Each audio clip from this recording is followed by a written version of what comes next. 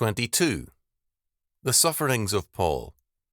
2 Corinthians chapter 11, verses 16 to 33. I say again, let no man think me a fool. If otherwise, yet as a fool receive me, that I may boast myself a little. That which I speak it not after the Lord, but, as it were, foolishly, in this confidence of boasting. Seeing that many glory after the flesh, I will glory also. For ye suffer fools gladly, seeing ye yourselves are wise. For ye suffer, if a man bring you into bondage, if a man devour you, if a man take of you, if a man exalt himself, if a man smite you on the face. I speak as concerning reproach, as though he had been weak. Howbeit, whereinsoever is any bold, I speak foolishly, I am bold also. Are they Hebrews? So am I. Are they Israelites? So am I. Are they the seed of Abraham? So am I. Are they ministers of Christ? I speak as a fool. I am more. In labours more abundant, in stripes above measure, in prisons more frequent, in deaths oft. Of the Jews 5 times received I 40 stripes, save one. Thrice was I beaten with rods, once I was stoned, thrice I suffered shipwreck, a night and a day I have been in the deep. In journeyings often, in perils of waters, in perils of robbers, in perils by mine own countrymen, in perils by the heathen, in perils in the city, in perils in the wilderness, in perils in the sea, in perils among false brethren, in weariness and painfulness, in watchings often, in hunger and thirst, in fastings often, in cold and nakedness. Beside those things that are without, that which cometh upon me daily, the care of all the churches. Who is weak, and I am not weak? Who is offended, and I burn not? If I must needs glory, I will glory of the things which concern mine infirmities. The God and Father of our Lord Jesus Christ, which is blessed for evermore, knoweth that I lie not. In Damascus, the governor under Aretas the king kept the city of the Damascenes with a garrison, desirous to apprehend me. And through a window in a basket was I let down by the wall, and escaped his hands. In these verses, Paul defends himself by calling attention to his sufferings for Christ's sake. He begins by saying, I'm going to do what normally I would not do. I'm going to boast. I am going to tell you the truth about my background and my history, and if you think that is boasting, so be it. Many of you glory after the flesh. You boast of what you are. Well, I'm going to do so also. You are ready to tolerate fools. You regard yourselves as wise. If a man brings you into bondage, you will suffer. If a man devours you, if a man takes what is yours, if a man exalts himself, if a man smite you on the face, you are going to suffer for these things. But, he said, now hear me. What you have endured, whether for personal reasons or for the faith, is nothing compared to what I have suffered. So Paul boasts, as he said. Actually, he simply repeats an outline of what he has endured for Christ's sake. He begins by saying, I am a Hebrew as much as any of you. In fact, he came from quite a very important line of ancestry. Are they Israelites? So am I. Are they the seed of Abraham? So am I, he says in verse 22. Then comes the question, are they ministers of Christ? Verse 23. Now, the question might arise, how many ministers were there in the Corinthian church? Paul doesn't mean, are they really ordained men? They are people who feel they are doing their bit above and over the duty of a layman to serve Christ. But he says, my ministry has far exceeded theirs. He said, I have been in prison very commonly and facing death very often. Then he summarizes what had happened. 5 times he had been sentenced by the Jews to corporal punishment, 40 stripes save one. That was with a rod. It left the back of a man bloody and cut almost to ribbons. The law required 40 stripes for certain offences. none of which Paul had ever committed.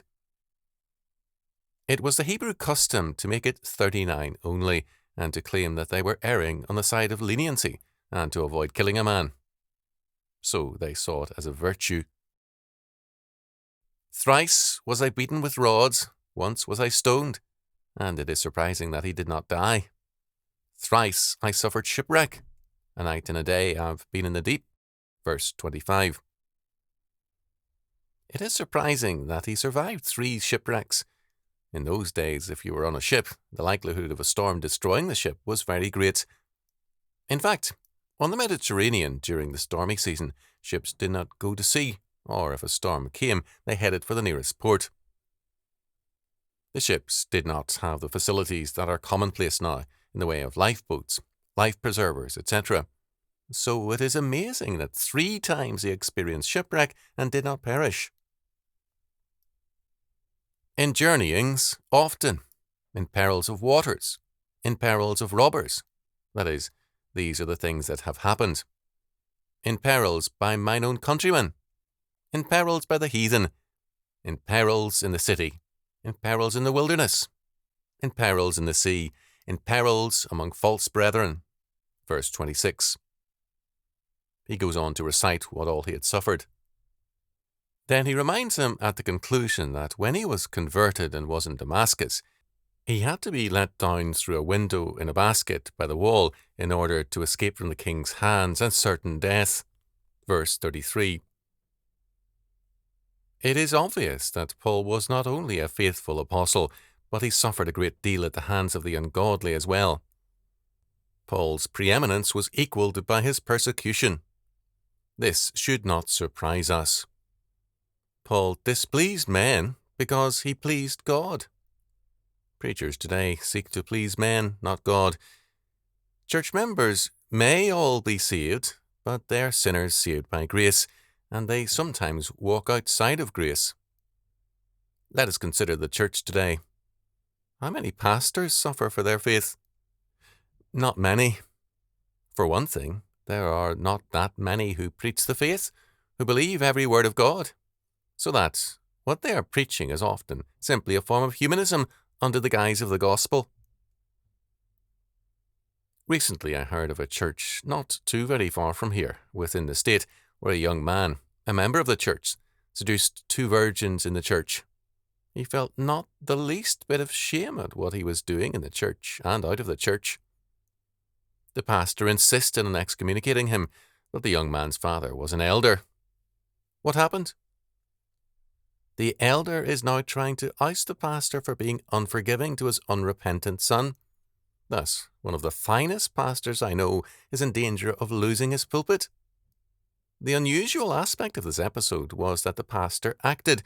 Not too many pastors do. The usual aspect was the inaction of the members.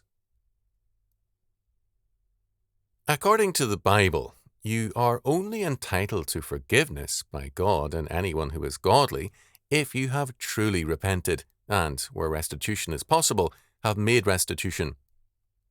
The young man had done nothing. Is this unusual? No, far from it. It is, unfortunately, all too common. By telephone this past week, I heard of another situation, not in California, in one, quote, Bible-believing, end quote, church. A young woman in the church was seducing many teenage boys. She became pregnant, gave birth to an illegitimate child, and gave the child up for adoption. Her promiscuity continues, and she is a major problem to parents of teenage boys. She is again busy seducing every young man she can, and is pregnant again. What is being done about it? Nothing. No attempt has been made to discipline her. The church professes a strong belief in grace, not law, but in effect it denies both. Of course, the pastor could claim that he has been a good pastor because he has preached the word of God faithfully. Preaching is not all that is required of a pastor. You appreciate from these 2 illustrations what Paul is talking about. Paul had a lifetime of trouble in church after church. Why? Because most churches are either small or they are full of compromise. That is what keeps people going. Now, I'm not saying that all churches, if they are large, are the same, but unhappily this is true. When was the last time you heard that a church of any prominence or size had disciplined some of its members? I suspect that you have not. I know that one young man, a deacon in a very prominent, very large church with a membership of thousands, went to the board of the church with regard to the conduct of young people after church services. Their cars were parked in the huge parking lot, about a block in size, and there they indulged in sexual play and sex. He verified this. He took another man with him around to see it and went to the church board, and the result was that he was threatened with ouster. Am I talking about anything unusual? No, rather unhappily, this is too commonplace. Paul would be persecuted today, as he was in his day. He would be found intolerable as a pastor. In fact, how many churches would take him? Not many. Some years ago, there was something that circulated among churches. It was very good, very true. It portrayed Paul as a modern pastor who had lost his church and was seeking another one. He summarized his career as a pastor, telling the truth as we have it in the Bible. Of course, he was totally unacceptable to any church. Who would take a man who had nothing but trouble in church after church, and who had upset people by his discipline? This is why what Paul has to say here is so important. Paul had suffered for his faith. The Corinthians had not yet done so. When Paul speaks of boasting, he is merely citing some of his experiences of persecution, major examples. Paul's comments are full of irony and bitter truth. For ye suffer fools gladly, seeing ye yourselves are wise. Verse 19. Too often the quote-unquote patience of the church elders with sinners is their quote-unquote patience with their own sins. In verse 28, Paul speaks of his suffering in the care of all the churches.